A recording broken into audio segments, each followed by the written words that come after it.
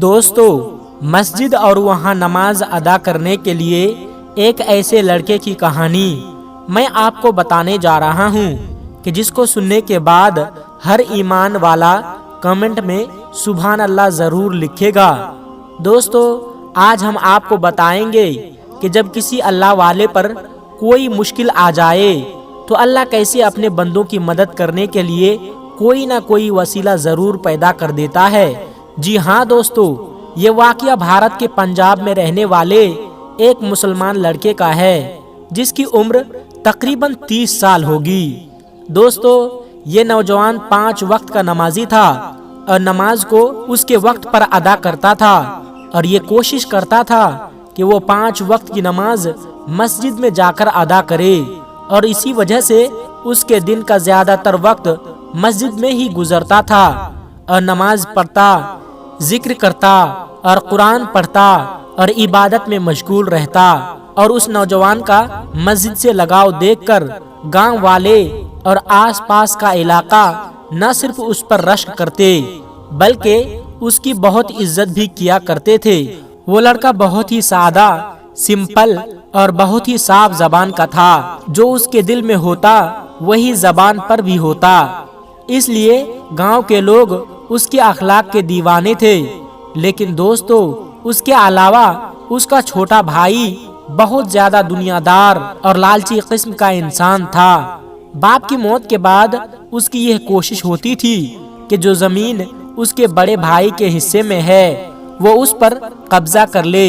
اس کی ہر وقت کوشش رہتی تھی کہ کسی طرح سے وہ اپنے بڑے بھائی کو چکما دے کر اس کی زمین کو ہڑپ لیں، مگر وہ ابھی تک اس میں کامیاب نہ ہو سکا تھا۔ دوستو، چھوٹے بھائی نے سوچا کہ میں اپنے بڑے بھائی کو، جو اس کی سب سے پسندیدہ جگہ ہے یعنی مسجد ہے، اگر میں اسے وہاں جانے سے روک لوں اور اس کے بدلے میں صرف زمین مانگوں تو وہ میرا کام کر سکتا ہے اور وہ خود ہی مجبور ہو کر مجھے زمین دینے کے لیے تیار ہو جائے گا۔ وہ یہ بات اچھی طرح سے جانتا تھا کہ دنیا میں کوئی چیز سب سے زیادہ پسند ہے تو وہ مسجد ہے، اور وہ دنیا میں کچھ بھی چھوڑ سکتا ہے لیکن مسجد جانا نہیں چھوڑ سکتا، اور اس کے لیے وہ کوئی بھی قیمت ادا کر سکتا ہے۔ آخر کار اس کے چھوٹے بھائی نے سوچا کہ میرا بھائی مسجد تو ضرور جائے گا، تو کیوں نہ میں اسی بات کا فائدہ اٹھاؤں، اور پھر اس نے پلان بنانا شروع کر دیا جس کا مقصد یہ تھا کہ کسی طرح سے اپنے بڑے بھائی کو مجبور کر کے اس کے حصے کی زمین اپنے قبضے میں کریں۔ دوستو، زمین کے لالچ نے اسے اندھا کر دیا تھا اور اسی وجہ سے اس نے چوری کی اور اس کا الزام اپنے بڑے بھائی پر لگا دیا۔ اگلے دن جب بڑا بھائی نماز ادا کرنے کے لیے مسجد جانے لگا اور اپنے گھر سے نکلا تو اس نے کچھ عجیب سا محسوس کیا۔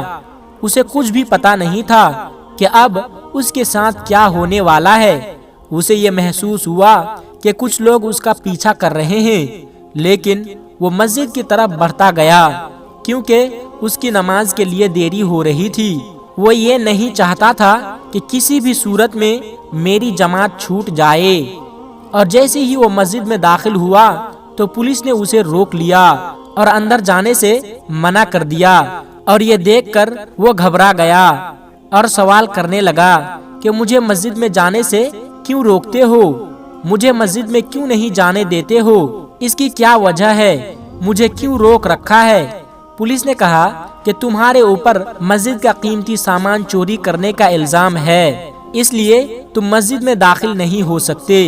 یہ سن کر وہ نوجوان لڑکا بہت ڈر گیا، پھر پریشان ہو کر سوچنے لگا کہ اچانک ایسا کیا ہوا کہ مجھ پر یہ الزام لگایا گیا ہے، اور یہ الزام کس نے لگایا ہوگا؟ یہ سوچ ہی رہا تھا کہ اتنے میں جو لوگ وہاں موجود تھے وہ جمع ہونے لگے اور کہنے لگے کہ یہ لڑکا تو بہت ہی زیادہ نیک ہے، عبادت گزار ہے، کسی کو تنگ نہیں کرتا، یہ تو روزانہ نماز پڑھنے کے لیے آتا ہے، اس پر جھوٹا الزام لگایا گیا ہے، یہ تو روزانہ نماز پڑھنے کے لیے آتا ہے۔ لیکن پولیس یہ کہہ رہی تھی کہ الزام تو اسی کے اوپر لگایا گیا ہے، اور کیونکہ اس کا سب سے زیادہ وقت مسجد میں گزرتا ہے تو جو سامان چوری ہوا ہے وہ اسی نے چوری کیا ہوگا۔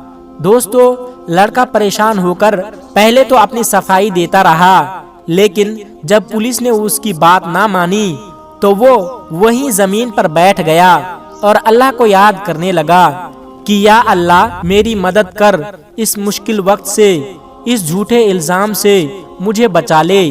دوستو، اس کے بعد اس کا چھوٹا بھائی آیا اور اسے ایک طرف لے جا کر کہنے لگا کہ یہ سب میرا کیا دھارا ہے، اگر تم اپنی زمین دے دو تو ٹھیک ہے، میں وہ سامان تمہیں دے کر بچا لوں گا، لیکن اگر تم ایسا نہیں کرتے ہو تو سیدھا جیل جاؤ گے۔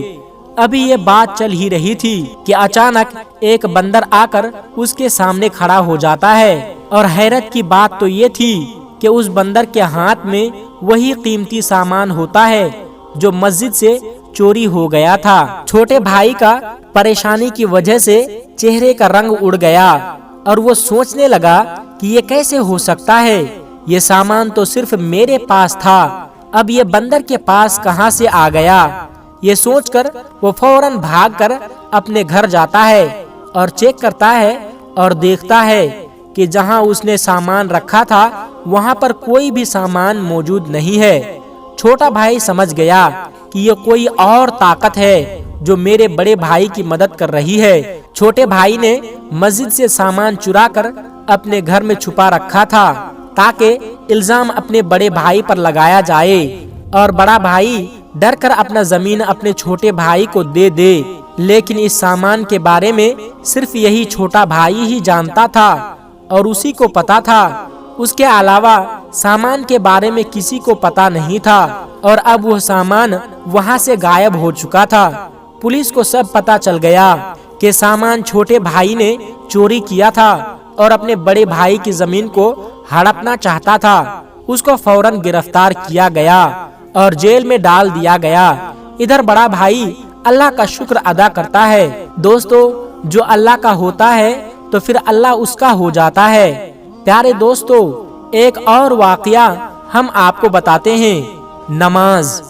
نماز پیارے نبی حضرت محمد صلی اللہ علیہ وسلم کی آنکھوں کی ٹھنڈک ہے۔ میرے دوستو، دنیا میں سب سے بڑا مسلم ملک انڈونیشیا ہے، اور دوستو اس کے زیادہ تر حصوں میں جنگل ہے، اور آپ جانتے ہیں کہ جو علاقے جنگلی ہوتے ہیں وہاں پر سانپ اور زہریلے جانور بہت زیادہ ہوتے ہیں۔ دوستو، ایک انڈونیشیا کا نوجوان جکارتا کی جامع مسجد کے امام کے پاس آیا اور اپنی الجھن اس کے ساتھ شیئر کی۔ اس نے کہا کہ میں نماز ادا کرنے کے لیے جائے نماز پر کھڑا تھا، قیام میں تھا کہ اچانک میں نے دیکھا کہ میری جائے نماز سے ایک سانپ گزر رہا ہے، اور وہ خطرناک سانپ آگے بڑھنے کے بجائے میرے سجدہ کرنے کی جگہ پر کھڑا ہو گیا۔ میں جائے نماز میں قیام کی حالت میں اپنی تلاوت کو لمبا کرتا رہا، مسلسل اپنا دھیان اپنے نماز میں رکھنے کی کوشش کر رہا تھا، کیونکہ میرا ضمیر، میرا دل مجھے ملامت کرنا شروع ہو گیا تھا کہ تو اپنے جان کے ڈر سے ایک حقیر سے کیڑے سے ڈر گیا اور اپنے رب سے غافل ہو رہا ہے۔ میں آنکھیں بند کر کے اپنی تلاوت کو لمبا کرتا رہا، مگر وہ سانپ اپنی جگہ سے ہٹا نہیں۔ اس کی نگاہیں مسلسل مجھ پر جمی ہوئی تھی، لیکن اس کی کسی بھی حرکت سے یہ محسوس نہیں ہو رہا تھا کہ وہ مجھ پر حملہ کرے گا۔ میں لگاتار تلاوت کو لمبا کرتا رہا کہ اتنے میں کہ وہ سانپ پیچھے ہٹنے لگا۔ جب مجھے یقین ہو چکا کہ یہ سانپ اللہ تبارک و تعالیٰ کے حکم سے مجھے نقصان نہیں پہنچائے گا تو میں رکوع میں چلا گیا۔ جیسے ہی میں رکوع میں جھکا تو وہ سانپ تھوڑا پیچھے ہٹ گیا، اور اچانک مجھے لگا کہ اب یہ آگے کی طرف اپنا منہ کر کے مجھے کاٹنے کے لیے آگے آئے گا۔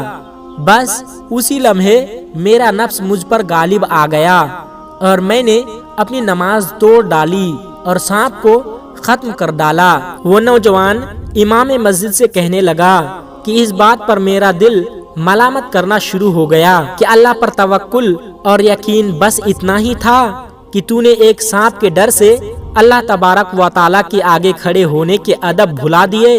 دوستو، امام مسجد نوجوان کی نماز سے محبت اور عشق کو دیکھ کر مسکرا اٹھے اور اس پر رشک کرنے لگے۔ انہوں نے اس کو جواب دیا کہ قرآن مجید کی آیت کا ایک مفہوم ہے کہ اللہ تبارک و تعالی نے ایک انسان کی جان بچانے کو پوری انسانیت کی جان بچانے کے برابر قرار دیا ہے۔ اسی طرح پیارے آقا حضرت محمد صلی اللہ علیہ وسلم کے بے شمار فرمودات انسانی جان کے حرمت کے متعلق ہیں، تو آپ نے یقیناً اپنی جان بچائی ہے اور جان بچانا ایک افضل عمل ہے۔ لیکن آپ کے بیان کردہ واقعے سے ایک بات نوٹ کرنے والی یہ ہے کہ آپ نماز میں رہیں تو اس نے اللہ کے حکم سے آپ پر کوئی حملہ نہیں کیا۔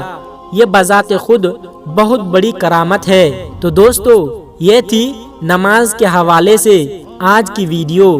دوستو، اگر آپ عاشق رسول ہیں تو اس ویڈیو کو لائک ضرور کیجیے گا اور ہمارے چینل کو سبسکرائب کر کے بیل آئیکن کو ضرور پریس کر دیجیے گا۔ السلام علیکم ورحمۃ اللہ وبرکاتہ۔